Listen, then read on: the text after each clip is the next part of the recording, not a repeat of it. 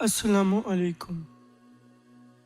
آخر فکر اول تصوف ہے، اور تصوف حال کا چھپانا ہے اور اپنے مال اور جاہ کا بھائیوں پر صرف کرنا ہے۔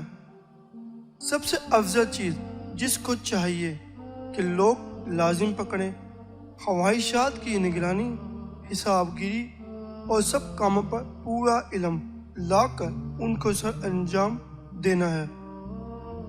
جس کو پرندوں کی آوازیں اور درختوں کا جھومنا اور ہوا کی سنسناہٹ وجد میں نہ لائیں، وہ سماح کے دعوے میں جھوٹا ہے۔ اللہ تعالیٰ تک پہنچنے کے دو راستے ہیں، ایک نبوت، دوسری اتباع نبوت۔ نبوت تو اب ختم ہو گئی، اتباع نبوت باقی ہے۔ طالب حق کو واضح ہو کر وصل ذات باری بغیر اتباع نبوت نہیں ہوتا۔ جو لوگ فقراء کی صحبت ترک کر کے امراء کی صحبت اختیار کرتے ہیں، اللہ تعالیٰ ان کو اندھا کر دیتے ہیں۔